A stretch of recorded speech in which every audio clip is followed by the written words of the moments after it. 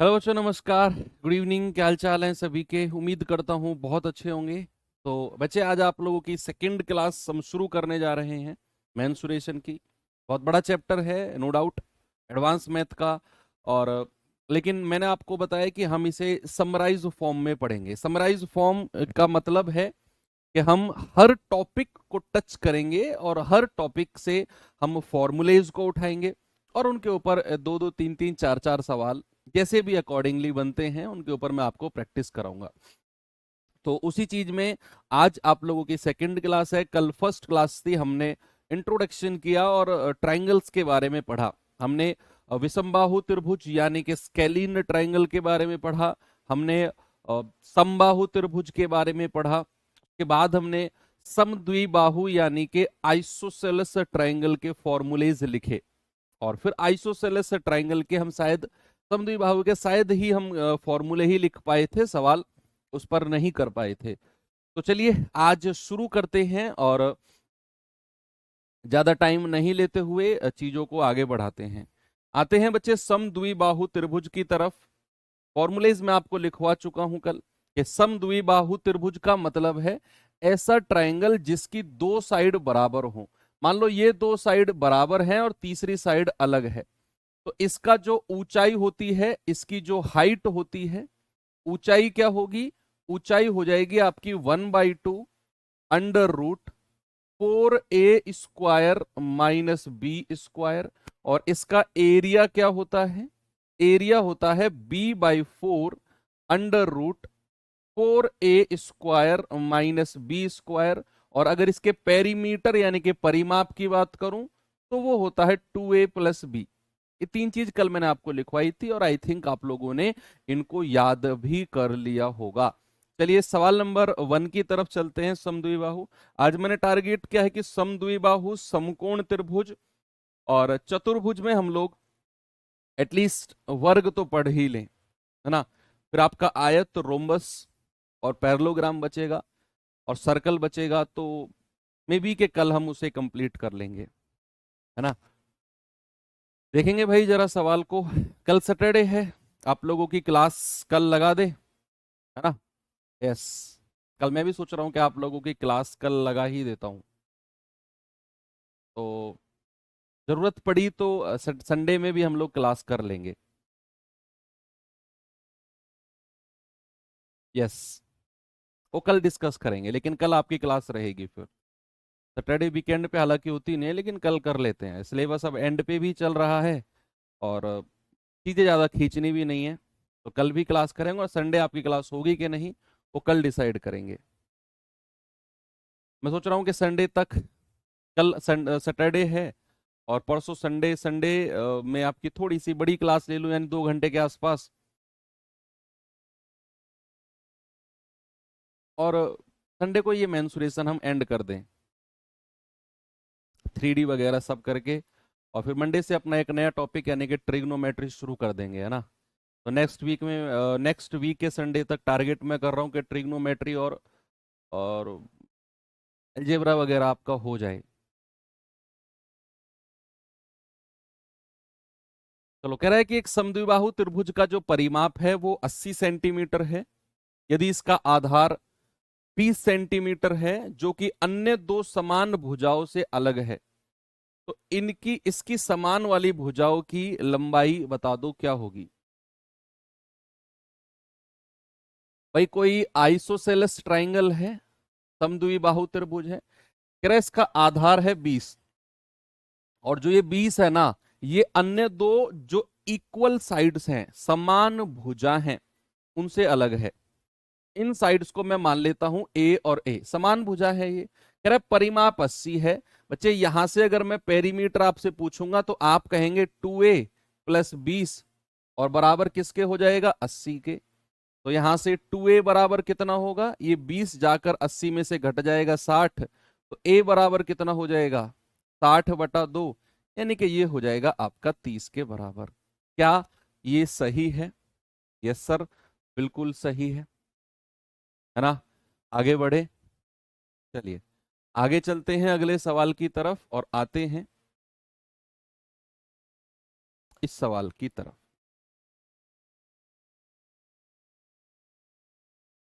कह रहे कि एक समद्विबाहु त्रिभुज का परिमाप 91 सेंटीमीटर है, पेरीमीटर, और इसका आधार अन्य दो बराबर भुजाओं का एक सही 1/4 गुना है, तो इसके आधार की लंबाई क्या होगी? भाई आपसे मान लो ये कोई समद्विबाहु त्रिभुज है, ये इसका आधार है, आधार को मानते हैं बी, और दो अन्य साइड बराबर हैं, उनको मान लिया ए और ए। अब कह रहा जो आधार है ना, अन्य दो बराबर वाली भुजाओं का एक सही 1/4 गुना है ना। एक सही 1/4 गुने का मतलब होता है 4 एकम 4 और 1 5/4 गुना। क्या हो गई बच्ची? 5/4 गुना। क्या मैं ये कह सकता हूं कि अगर मुझे ए और बी का रेशियो पता करना हो, तो सवाल ने बोला है कि इसका जो बेस है ना, जो आधार है, वो अन्य दो बराबर भुजाओं का 5/4 है। यानी कि अगर मैं बराबर वाली भुजाओं को 4 यूनिट मान लूं, अगर मैं बराबर वाली भुजाओं को 4 यूनिट मान लूं, तो जो इसका आधार होगा वो 5 यूनिट हो जाएगा। कितना होगा भाई साहब? वो हो जाएगा 5 यूनिट। ऐसा सवाल ने बोला है कि जो इसका बेस है ना, वो अन्य दो बराबर भुजाओं का 5/4 यूनिट है। यानी कि बराबर वाली भुजा अगर 4 यूनिट है, तो जो इसका आधार है वो 5 यूनिट हो जाएगा। अब ये रेशियो तो हमको मिल गया, तो क्या मैं ए को 4r और बी को 5r कह दूं? यस। तो बी हो जाएगा आपका 5r, ये हो जाएगा 4r, और ये हो जाएगा आपका 4r। सवाल ने आपसे बोला है कि जो त्रिभुज का पेरीमीटर है ना, वो 91 है, 91 है। तो क्या अगर मैं इन तीनों को जोड़ूं, पेरीमीटर का मतलब क्या होता है बच्चे? सारी भुजाओं का योग। यानी कि 5 और 4 9, 9 और 4 13, तो पेरीमीटर होगा 13r, और जो कि हमको दिया हुआ है 91, तो यहां से r कितना हो जाएगा? 91/13, तो ये हो जाएगा 7। तो r की वैल्यू कितनी आ गई? 7। आपसे कह रहा है इसके आधार की लंबाई, यानी कि लेंथ ऑफ द बेस आपसे पूछा है, और वो तो 5 यूनिट है। तो 5 यूनिट का मान कितना होगा? 5 गुणा 7, यानी कि 35। आपका जवाब हो जाएगा ऑप्शन नंबर बी, बिल्कुल सही जवाब है। ऑप्शन नंबर बी बिल्कुल सही है। आगे चलें, आगे चलते हैं। अगला सवाल देखिए जरा इसे, इसमें क्या है देखते हैं।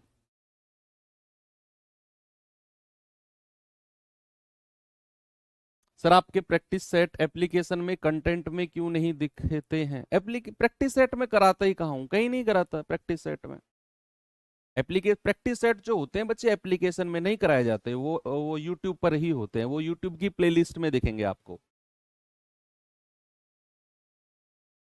कह रहे कि एक समद्विबाहु त्रिभुज का क्षेत्रफल 2√12 वर्ग सेंटीमीटर है। Area of the isosceles triangle इतना है। कह रहा त्रिभुज की ऊंचाई अगर 12 सेंटीमीटर है, तो त्रिभुज का आधार कितना होगा? देखो यहां हर त्रिभुज का एक यूनिवर्सल फॉर्मूला होता है एरिया निकालने का। क्या होता है बच्चे? आपके पास सपोज ये त्रिभुज है, इसका आधार है बी, और इसकी ऊंचाई मैंने मान ली h, तो इसका जो एरिया होगा ना बच्चे, एरिया होगा 1/2 आधार गुणा ऊंचाई। ये हर त्रिभुज की कहानी है। किसी भी ट्रायंगल में अगर बेस दिया होगा, हाइट दी होगी, तो उसके एरिया का फॉर्मूला होगा 1/2 गुणा हाइट गुणा बेस। हाँ, मैंने आपको इसके एरिया का फॉर्मूला अलग लिखवाया है, b/4 √4a² - b²। वो है, वो कब है? जब आपको तीनों साइड दे रखी हो, यानी कि ये बराबर वाली भुजा भी दे रखी हो और तीसरी भुजा भी, और एरिया पूछ ले। लेकिन यहां उसने बात कुछ और कही है।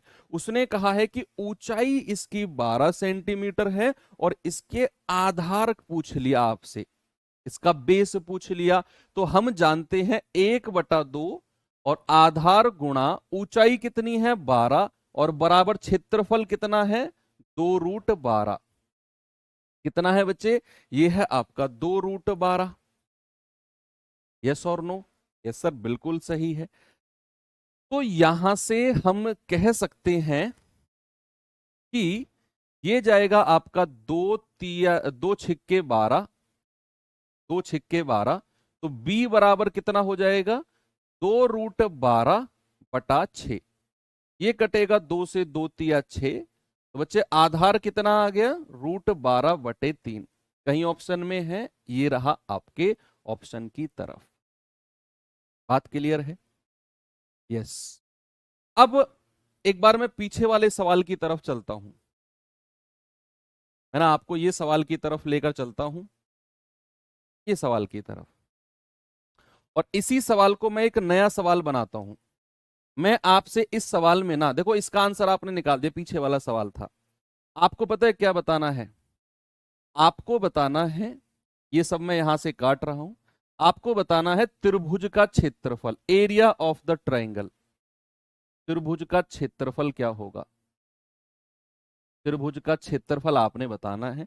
कह रखा है कि त्रिभुज का परिमाप 80 है, यदि आधार की लंबाई 20 है, जो अन्य दो समान भुजाओं से अलग है, तो त्रिभुज का क्षेत्रफल बताओ, एरिया ऑफ द ट्राइंगल क्या होगा? बताइए जल्दी से। सर मैं एडवांस मैथ को यहां से ना पढ़कर मैथ्स फाउंडेशन से पढ़ सकता हूं। हाँ, आपकी मर्जी है। कह रहे कि ये यहां पर दो बराबर भुजा हैं, ये तीसरी साइड 20 है, तो सबसे पहले तो मुझे बराबर वाली भुजा निकालनी होंगी। मिल गई 30। यानी कि अब हमें तीनों भुजाएं मिल गई। ये वाली आपने निकाल दी 30, तो ये वाली भी 30 हो जाएगी। अब बच्चे आपको यहां उसने साइड दे दी, आपको यहां उसने साइड दे दी और पूछा है एरिया ऑफ द ट्राइंगल क्या होगा। अब आपके पास फॉर्मूला है एरिया ऑफ ट्राइंगल का, यानी कि b/4 √4a² माइनस का b²। b हमारे पास कितना है 20/4, √4 × a कितना है 30 का स्क्वायर, माइनस b का स्क्वायर यानी कि 20 का स्क्वायर। तो ये कितना हो जाएगा 4×5 = 20, यानी कि 5√3×3 = 9 × 3600 माइनस 20 का स्क्वायर 400। तो ये कितना हो जाएगा 5√3600 माइनस 400 कितना होता है 3200। अब यहां से क्या कॉमन आ सकता है? क्या कॉमन आ सकता है यहां से? क्या मैं 3200 को ऐसे लिख सकता हूं भाई? 8 ऐसे लिख सकता हूं 2 × 1600, और ये 5 तो बाहर है। क्या मैं इसको ऐसे लिख सकता हूं 2 × 1600? भाई 16×2 = 3200। और 1600 को ही मैंने अलग क्यों किया? क्योंकि मैं जानता हूं 1600 एक परफेक्ट स्क्वायर पूर्ण वर्ग है। कितना बाहर आ जाएगा 40। भाई 1600 का वर्गमूल होता है 40 और √2 अंदर है, तो 4×5 = 20 यानी कि 200√2। अगर इसका एरिया पूछेगा, अगर इसका क्षेत्रफल पूछेगा, तो आपका जवाब होगा कि 5√3200। 3200 में से भी हमें जो मैक्सिमम संख्या रूट से बाहर निकल सकती है वो निकालनी है। तो मैंने इसको 2 × 1600 बोला, और 1600 एक परफेक्ट स्क्वायर है, तो भैया 2 जीरो का 1 जीरो और 16 का √4 होता है, तो 5×40 यानी कि 200 और √2 अंदर है। आपका जवाब होगा 200√2। अगर आपसे पूछेगा त्रिभुज का क्षेत्रफल क्या होगा, देखो आपको अगर फॉर्मूला पता है बच्चे, आप हाथ पैर मार सकते हो, लेकिन अगर आपको फॉर्मूला ही नहीं पता तो फिर दिक्कत है, क्योंकि बिना फॉर्मूले के एडवांस मैथ करना, इवन अगर स्पेशली मैं कहूं मेंसुरेशन करना, तो बहुत टिपिकल है। तो ये थी कहानी समद्विबाहु त्रिभुज की। अब आते हैं थोड़ा सा समकोण त्रिभुज के पास। किसके पास आते हैं बच्चे? तीसरा हमारा बनता है, चौथा सॉरी, समकोण त्रिभुज। समकोण त्रिभुज, त्रिभुज इंग्लिश में जिसको बोलते हैं राइट एंगल ट्राइंगल,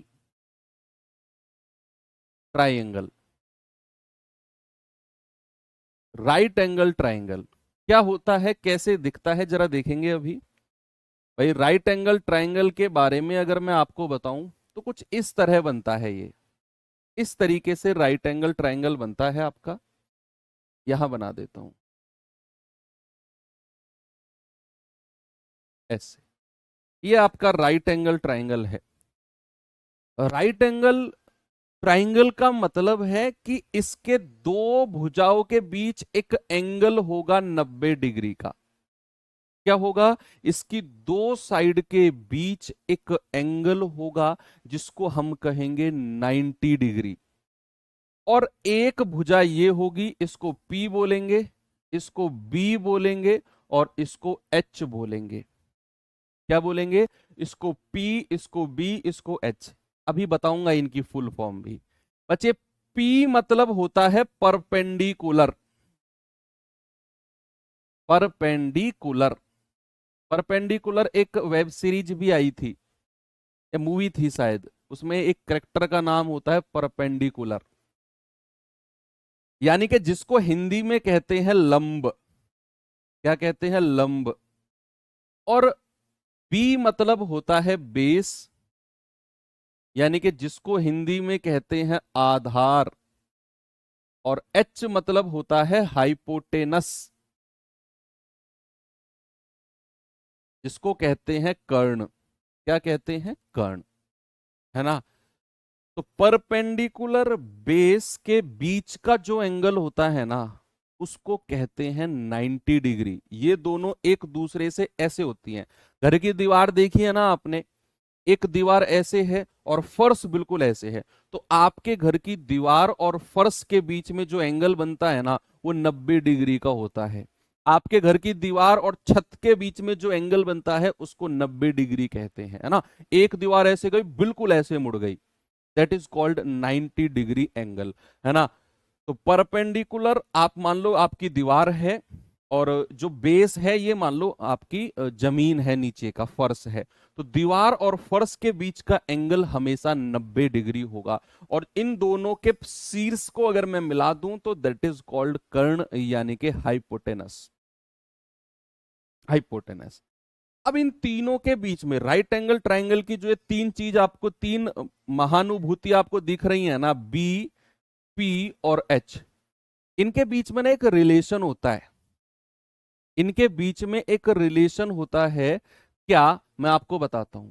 सबसे पहले तो हाँ, रिलेशन ही पढ़ लेते हैं। इनके बीच में रिलेशन होता है कि अगर आप परपेंडिकुलर का स्क्वायर करोगे प्लस अगर आप बेस का स्क्वायर करोगे और दोनों को ऐड कर दोगे तो आपको हाइपोटेनस का स्क्वायर मिलेगा। आपको क्या मिलेगा? हाइपोटेनस का square. This is called Pythagoras theorem. Pythagoras theorem. क्या कहते हैं इसको? इसको कहते हैं पाइथागोरस पाइथागोरस थ्योरम। ठीक है? पाइथागोरस साइंटिस्ट थे एक, उन्होंने इस थ्योरम को दिया था कि किसी भी राइट एंगल ट्रायंगल में, किसी भी समकोण त्रिभुज में अगर आप लंब का स्क्वायर प्लस आधार का स्क्वायर करते हो ना, तो भाई साहब वो बराबर होता है हाइपोटेनस यानी कि कर्ण के स्क्वायर के बराबर। ठीक है? अगर आप इनको जोड़ देते हो, अगर ये कंडीशन किन्हीं भी वैल्यूज में फॉलो हो रही है, तो वो भुजाएं आपकी किसकी होंगी? वो भुजाएं राइट एंगल ट्रायंगल की होंगी। अब आपके लिए एक थोड़ी सी खुशखबरी मैं देता हूं। इस राइट एंगल ट्रायंगल में सुनना, राइट एंगल ट्रायंगल में ना कुछ देखो, बनने को तो बहुत सारी ऐसी भुजाएं बन सकती हैं जिनका वर्ग करके जोड़ूं तो मुझे इसके बराबर मिल जाएगा। लेकिन एक कुछ फिक्स इसमें चीजें हैं, कुछ फिक्स, फिक्स भी नहीं कह सकते, कुछ लिमिटेड हैं, कुछ लिमिटेड वैल्यूज हैं जिन पर मोस्टली सवाल पूछा जाता है। जिन पर मोस्टली सवाल पूछा जाता है यानी कि वो वैल्यूज दे देगा आपको सवाल में, और उन्हें देखते ही हमें समझ जाना है कि ये हमारी राइट एंगल ट्रायंगल की भुजा है। जैसे फॉर एग्जांपल अगर मैं आपको देता हूं कि किसी त्रिभुज की भुजाएं ना 3, 4 और 5 हैं। अब हमें पता ही नहीं कि भुजा अगर 3, 4, 5 है तो ये कौन सा ट्रायंगल होगा। भाई अगर इसकी भुजा 3, 4, 5 दे दी तो हमें तो पता ही नहीं है कि कौन सा त्रिभुज होगा। लेकिन अब के बाद मैं कुछ ऐसी वैल्यूज लिखवाऊंगा आपको जो राइट एंगल ट्रायंगल की होंगी। अब देखो, आपको इस वाले फॉर्मूले में रख के प्रूफ भी देख लेना है कि अगर मैं 3 का स्क्वायर करूंगा, अगर मैं 4 का स्क्वायर करूंगा और दोनों को जोड़ दूंगा, देखो ऊपर देखो यहां, अगर मैं इनका स्क्वायर करके जोड़ता हूं तो 9 प्लस 16 कितना मिलेगा, मुझे मिलेगा 25। और ये 25 किसके बराबर है, 5 के स्क्वायर के बराबर है। आप देख सकते हो कि आपने 3 का वर्ग प्लस 4 का वर्ग किया और जोड़ा तो आपको मिला 25, जो कि इस 5 के वर्ग के बराबर है। यानी कि अगर लंब का वर्ग प्लस आधार का वर्ग करके जोड़ते हो तो हमें हाइपोटेनस का स्क्वायर मिलता है। अगर ऐसी कंडीशन पॉसिबल हो गई कि दो संख्याओं का वर्ग करके आप जोड़ रहे हो तो तीसरी संख्या का वर्ग मिल रहा है, तो समझ जाना कि ये जो आपकी भुजा 3 4 5 दे रखी है ना, ये राइट एंगल की भुजा है। किसकी है, ये राइट एंगल की भुजा है।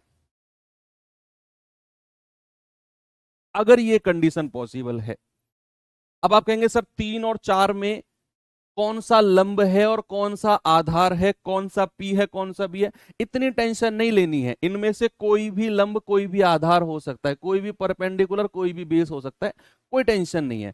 लेकिन जो इनमें सबसे बड़ी भुजा होगी वो हमारी कर्ण होगी, वो हाइपोटेनस होगी। सबसे बड़ी भुजा 3 4 5 में सबसे बड़ी भुजा 5 है, ये फिक्स है कि ये कर्ण ही होगा, ये हाइपोटेनस होगा। जो ये दो बची हुई हैं इनमें से किसी को भी पी और बी मान लो, कोई फर्क नहीं पड़ता है। लेकिन मैंने आपको क्या बोला कि अगर ये भुजा मुझे दे दी, अब जैसे फॉर एग्जांपल आपको मैं एक और देता हूं, मैंने आपको बोला कि जरा मुझे एक बात बताओ, 5 12 और 13, यस और नो में जवाब देना। क्या ये भुजा मैंने आपको दी और मैंने कहा कि बताओ ये समकोण त्रिभुज की भुजा, राइट एंगल ट्रायंगल की भुजा है कि नहीं, बताइए, समकोण त्रिभुज की भुजा है या नहीं।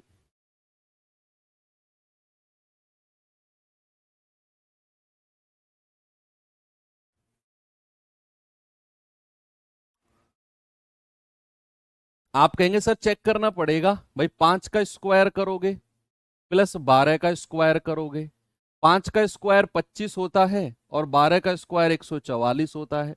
आप इन दोनों को जोड़ोगे तो आएगा 169।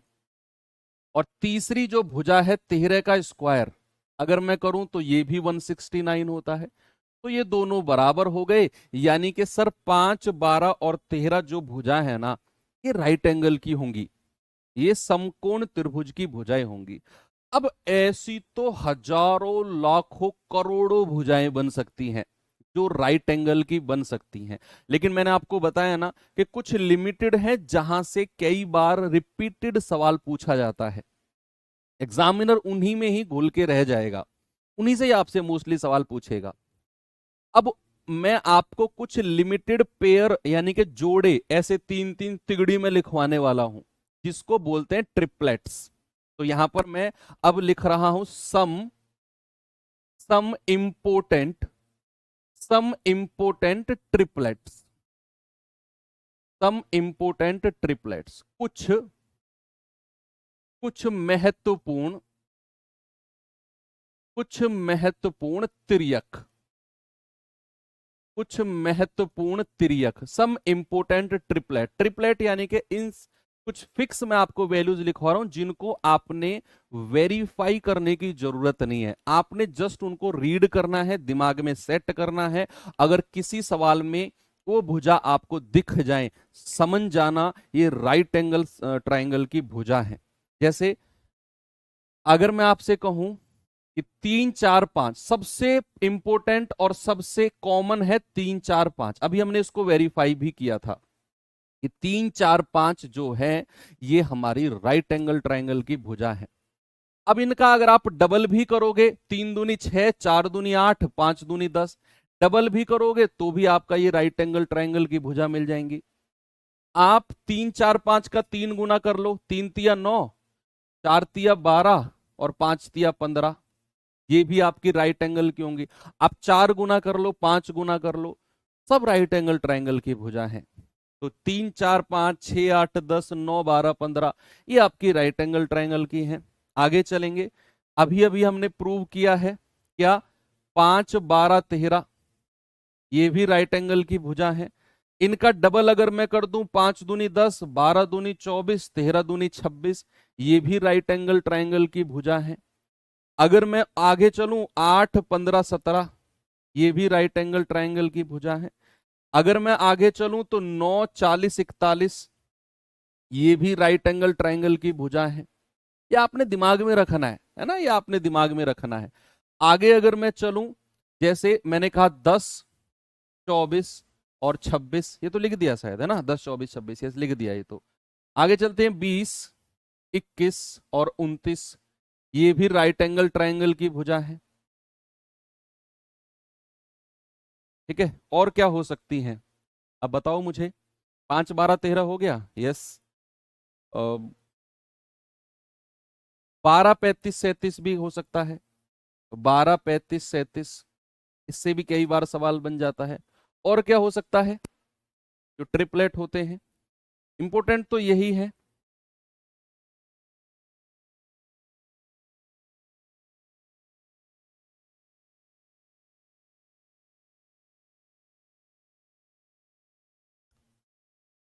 सात 24 25 भी आप कह सकते हो, 7 24 25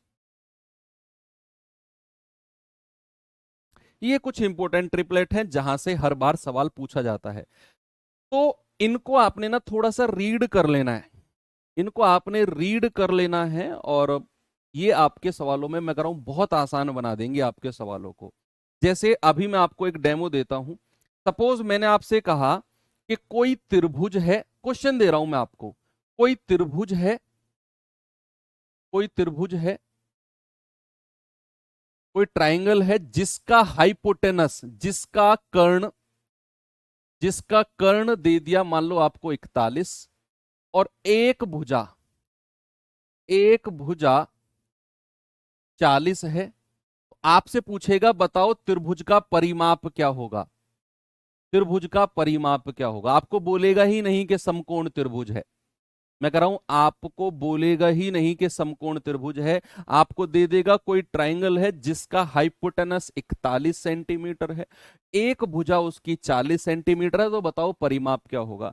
अब जैसे आपने 40 और 41 को देखा सवाल में, आपके दिमाग में तुरंत बत्ती जल जानी चाहिए, अरे ये तो भाई साहब 40 और 41 तो ट्रिपलेट सर ने बताए थे। कौन सा, आप देखेंगे कि सर ने बताया था ट्रिपलेट 9 40 41 का, जहां पर 40 और 41 आता है, मतलब कि उसने आपको दो भुजा दे दी। उसने कहा कि कर्ण, कर्ण यानी कि हाइपोटेनस कितना है भाई जी 41, आपको एक भुजा 40 दे दी, किसी को भी मान लो, मैंने इस वाली को 40 माना, तो आपको तीसरी भुजा निकालने की जरूरत ही नहीं है। आपको त्रिएक ट्रिपलेट याद है कि एक 41 है एक 40 है, तो भाई तीसरी भुजा 101% 9 ही होगी, 9 40 41। इस तरीके से आपको सवालों में फिट करना है ना। आपको अगर एक भुजा भी उसने दे दी ना, तब भी आप अनुमान लगा सकते हो। मान लो आपको कर्ण भी दे दिया ना उसने, ये कर्ण 41 है, और इनके बीच में कोई रिलेशन दे दिया, तो वहां से भी हम आइडिया लगा सकते हैं कि इसकी दो भुजा 9 और एक 40 ही होंगी। अब आपसे पेरीमीटर पूछ रहा है, आप जोड़ दो तीनों को, 40 40 80 और 9 89 और एक 90, पेरीमीटर कितना होगा 90, होगा कि नहीं, क्या बात क्लियर है आपको। तो ये कुछ ट्रिपलेट हैं जो आपने भाई ध्यान में रखने हैं, और ये सवाल में बड़े काम आएंगे आपके। तो ये तो हुआ आपका समकोण त्रिभुज का थोड़ा सा डिटेल्ड चीज है। हमें ये पहचानना कि समकोण त्रिभुज एक्चुअल में होता क्या है, क्या परपेंडिकुलर, क्या बेस, क्या हाइपोटेनस है, कैसे निकालते हैं, कैसे भुजा निकलती हैं, ये तो मैंने आपको इतना डिटेल में पढ़ाया। अब आते हैं इसके एरिया वगैरह फॉर्मूले को पढ़ लेते हैं। कि सपोज आपको कोई समकोण त्रिभुज मैं यहां बना देता हूं, इसको P, इसको B और इसको H कहते हैं। तो अगर मैं इसका परिमाप आपसे पूछूं, पेरीमीटर क्या होगा भाई, आप कहेंगे सर तीनों भुजाओं को जोड़ दो, यानी कि P plus B plus H। परिमाप कितना हो जाएगा, तीनों भुजाओं को जोड़ दो, दैट इज कॉल्ड परिमाप।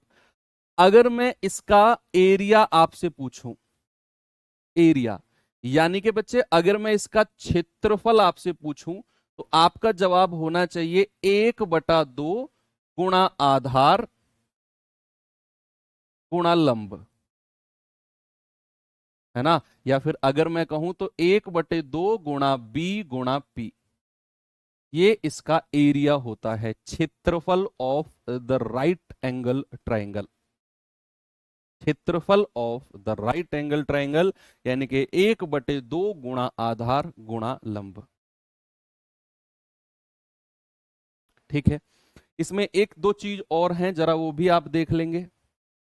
एक दो चीज क्या है कि अगर कोई राइट एंगल ट्राइंगल मैं यहां बना रहा हूं, कोई राइट एंगल ट्राइंगल, और इसके अंदर मैंने कोई सर्कल बना दिया, इसके अंदर मैंने कोई वृत्त बना दिया जो इसकी तीनों भुजाओं को टच कर रहा है, इस वाली भुजा को भी, इस वाली को भी और इस वाली को भी, और आपसे कहेगा बताओ इसका रेडियस क्या होगा, इसकी त्रिज्या क्या होगी। ये P है, ये B है, ये H है। यानी कि किसी भी समकोण त्रिभुज के अंदर अगर मैंने कोई सर्कल बना दिया, कोई वृत्त बनाया और उसकी त्रिज्या मैंने आपसे पूछी, तो बच्चे उसकी त्रिज्या का फॉर्मूला होता है P+B -H/2। ये त्रिज्या का फॉर्मूला होता है, क्या होता है, P+B -H/2। और यहीं पर अगर मैं किसी समकोण त्रिभुज को बनाऊं एक सर्किल के अंदर, यानी कि आप ये भी कह सकते हो कि अगर आप किसी समकोण त्रिभुज के बाहर कोई सर्कल बनाते हो जो इसकी तीनों भुजाओं को टच करता है, बाहर अगर बनाते हो, और हमें पता करना है उसका त्रिज्या, मैंने मान ली कैपिटल R है, ये इसका सेंटर है, सर्कल का केंद्र है, और ये इसकी त्रिज्या यानी कि रेडियस है। अगर मैं इसकी रेडियस निकालूंगा तो इसकी रेडियस होती है बच्चे H/2, यानी कि हाइपोटेनस का आधा अगर आप करते हो, हाइपोटेनस का, हालांकि ये बनेगा पता है कैसे, ये इसके सेंटर पे ही रहता है, ऐसे रहता है। सर्कल अगर कोई बनेगा ना, वो इसके सेंटर को टच करता हुआ जाएगा, ऐसे बनेगा। ये क्या है, सर्कल का केंद्र, और ये R है, ये P है, ये B है, ये H है।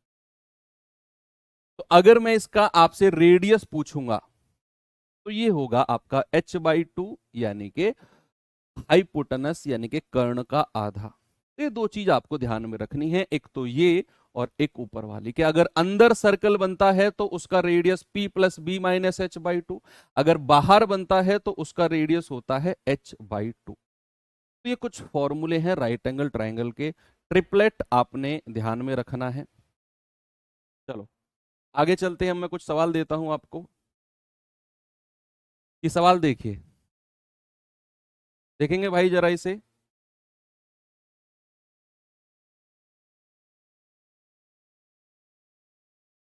सवाल कह रहा है कि समकोण त्रिभुज का क्षेत्रफल ज्ञात करो यदि इसका आधार 8 सेंटीमीटर है और इसका कर्ण कितना है, 15 सेंटीमीटर है। देखो, आपको बोल दिया उसने समकोण त्रिभुज, और उसका आधार दे दिया 8 और कर्ण दे दिया 17। आपके दिमाग में तुरंत वो ट्रिपलेट आना चाहिए, तुरंत वो त्रियक बच्चे आपके दिमाग में आना चाहिए। कौन सा, 8 और 17 वाला, यानी कि 8, 15, 17। तुरंत आपके दिमाग में आना चाहिए कि सर अगर ये राइट एंगल ट्रायंगल है और इसका कर्ण उसने 17 दे दिया, इसका आधार उसने 8 दे दिया, तो एक ट्रिपलेट हमने ध्यान में रखा है कि 8, 15, 17, यानी कि ये 8 है, ये 17 है, तो तीसरी भुजा 15 ही होगी। नहीं तो फिर आप पाइथागोरस थ्योरम लगा के निकाल सकते हो कि मान लो इसको x मान लो, तो x² + 8 का स्क्वायर बराबर 17 का स्क्वायर। यहां से x की वैल्यू निकालोगे तब भी आपके तीसरी भुजा आपको मिल जाएगी, तब भी मिल जाएगी। इसीलिए तो मैंने ट्रिपलेट आपको याद करवाई कि ताकि आप आपका समय बच जाए। मोस्ट ऑफ द क्वेश्चंस यहीं से बनते हैं।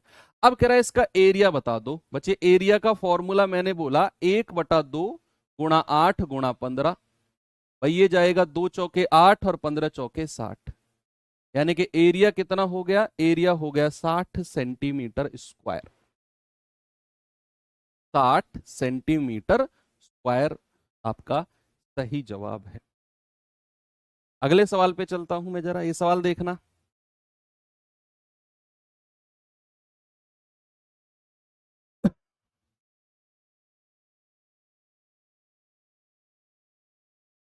सवाल कह रहा है एक समकोण त्रिभुज के आधार की लंबाई है 40, आधार की लंबाई, और इसके कर्ण की लंबाई है 41। अभी अभी मैंने आपको करवाया भी था ये तो 41 और 40 वाला। कह रहा है इसका क्षेत्रफल और परिमाप बताओ क्या होगा।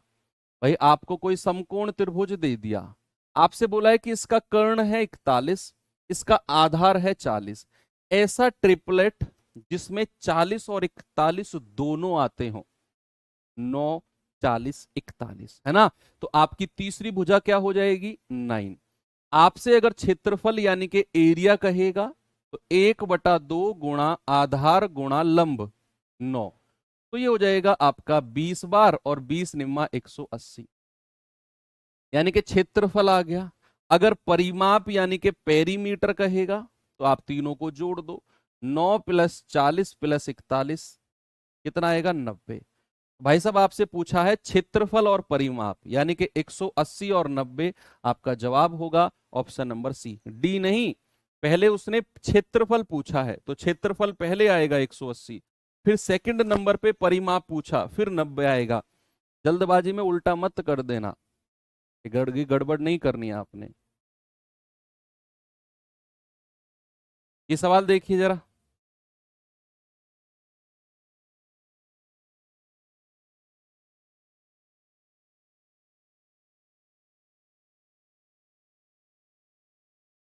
सवाल है एक समकोण त्रिभुज का क्षेत्रफल 42 सेंटीमीटर है, यदि समकोण वाली इसकी दो भुजाओं में से एक की लंबाई 10 सेंटीमीटर है, एक की लंबाई 10 सेंटीमीटर है, तो समकोण वाली दूसरी भुजा की लंबाई बताओ कितनी होगी, समकोण वाली दूसरी भुजा की।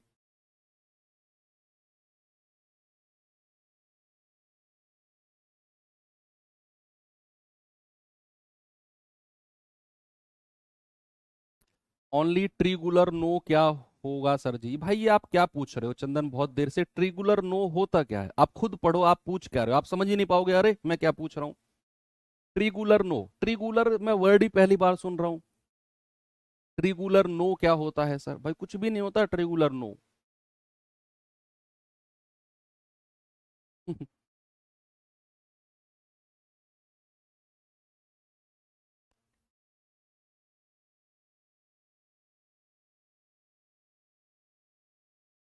करेक्ट, समकोण त्रिभुज का क्षेत्रफल 42 है, यदि समकोण वाली दो भुजाओं में से एक की लंबाई 10 है। समकोण वाली यानी कि ये दो भुजा जो होंगी ना ये समकोण वाली होंगी, और ये कर्ण यानी कि हाइपोटेनस अलग होगा। कह रहा इनमें से एक भुजा 10 है और इसका जो एरिया है वो 42 है।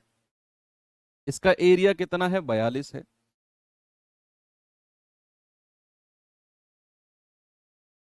अगर समकोण वाली में से एक भुजा 10 है तो दूसरी भुजा क्या होगी। मान लो दूसरी भुजा को मैंने बी मान लिया, दूसरी भुजा को मैंने बी मान लिया, तो 1/2 गुणा बी गुणा 10। भाई 1/2 गुणा आधार गुणा लंब, एरिया कितना दे रखा है, 42, तो ये जाएगा 2×5 = 10। तो दूसरी भुजा कितनी आएगी, 42/5, 5×8 = 40, 5×4 = 20, 8.4 क्या हो जाएगी, 8.4। सिंपल है ना, बहुत आसान सवाल है, इनमें ज्यादा टाइम देने की भी जरूरत नहीं है। आपको एक भुजा दे दी, दूसरी पूछ ली, एरिया दे दिया। हम जानते हैं एरिया होता है 1/2 गुणा आधार गुणा लंबाई, है ना, 8.4। आगे चले, ये सवाल करिए जरा।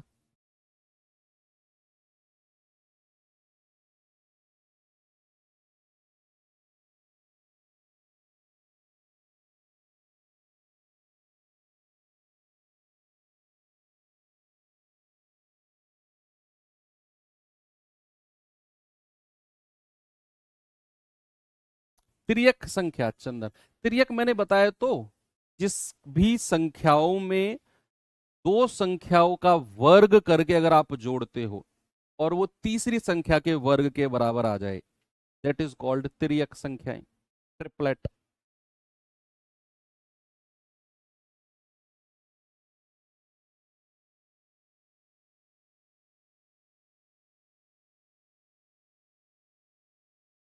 उस समकोण त्रिभुज का परिमाप बताएं जिसकी समकोण बनाने वाली भुजाएं 15 सेंटीमीटर और 20 सेंटीमीटर की हैं।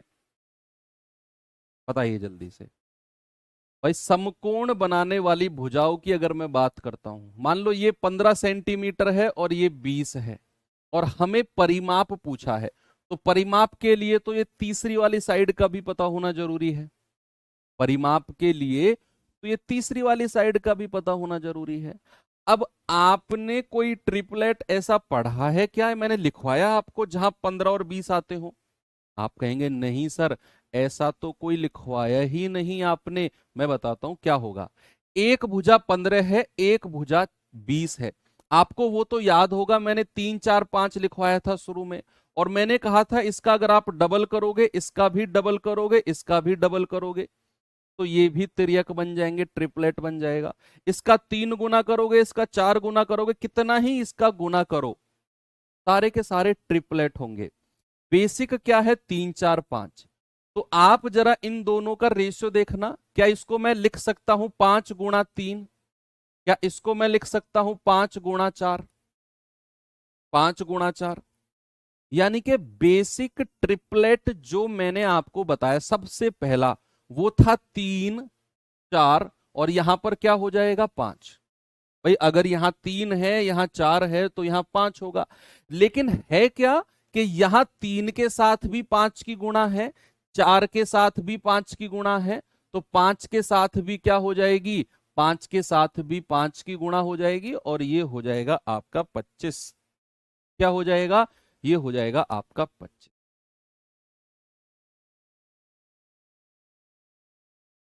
ठीक है, तो आपको तीसरी भुजा भी मिल गई 25। आपसे पूछा है पेरीमीटर, तो तीनों को आप जोड़ दो, 15 प्लस 20 प्लस 25, 25 और 15 40 और 20 60। पेरीमीटर कितना हो गया, पेरीमीटर हो जाएगा 60।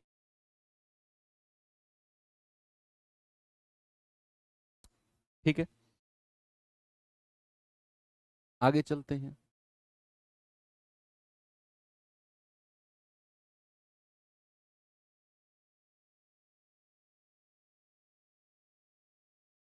कह रहा है समकोण त्रिभुज की ऊंचाई और आधार के बीच अंतर, समकोण त्रिभुज की ऊंचाई और आधार के बीच जो अंतर है वो 7 है, और त्रिभुज का क्षेत्रफल है 30। तो परिमाप बता दो कितना होगा, परिमाप बता दो कितना होगा।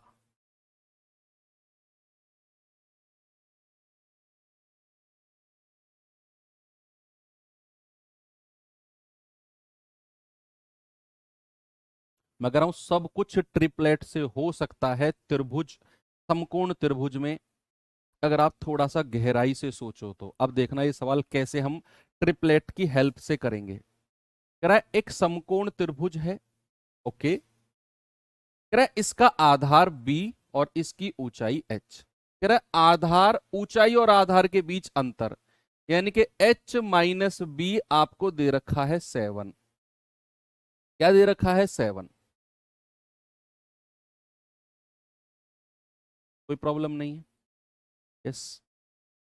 अब कह रहा है त्रिभुज का परिमाप बता दो कितना होगा, पेरीमीटर कितना होगा, और हमको क्षेत्रफल उसने दे दिया। हमको क्या दे दिया बच्चे, हमको दे दिया उसने क्षेत्रफल यानी कि एरिया। हम जानते हैं कि क्षेत्रफल जो होता है 1/2 गुणा h गुणा b, और ये किसके बराबर है, 30 के।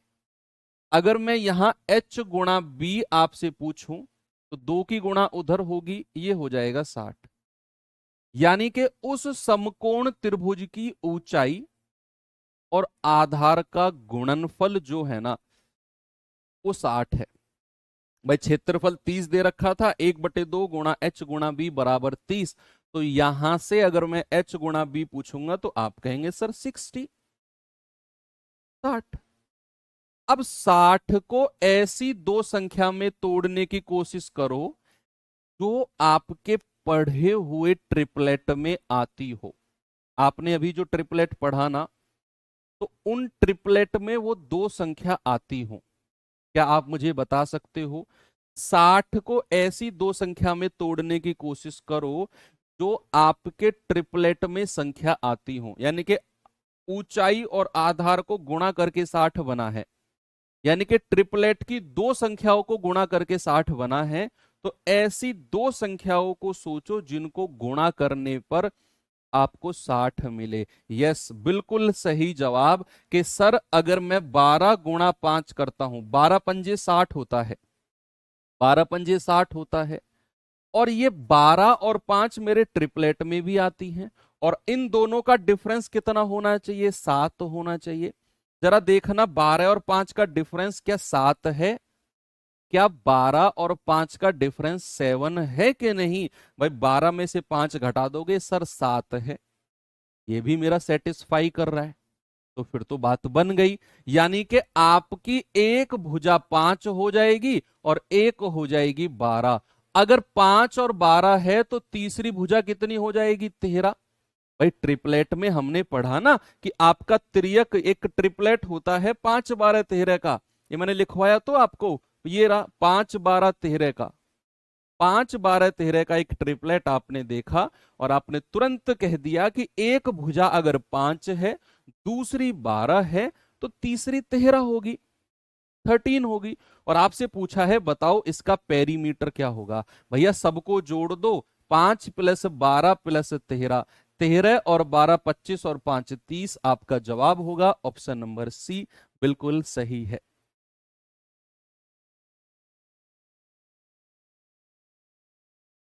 आगे बढ़े? यस, आगे चलते हैं। इस सवाल को देखिए जरा। आपसे करा यदि एक समद्विबाहु समकोण त्रिभुज, यस, अब उसने मिक्स कर दिया। उसने कहा समद्विबाहु भी होना चाहिए और समकोण भी होना चाहिए। उसका कर्ण है 10, तो अन्य दो भुजाओं की लंबाई बताओ।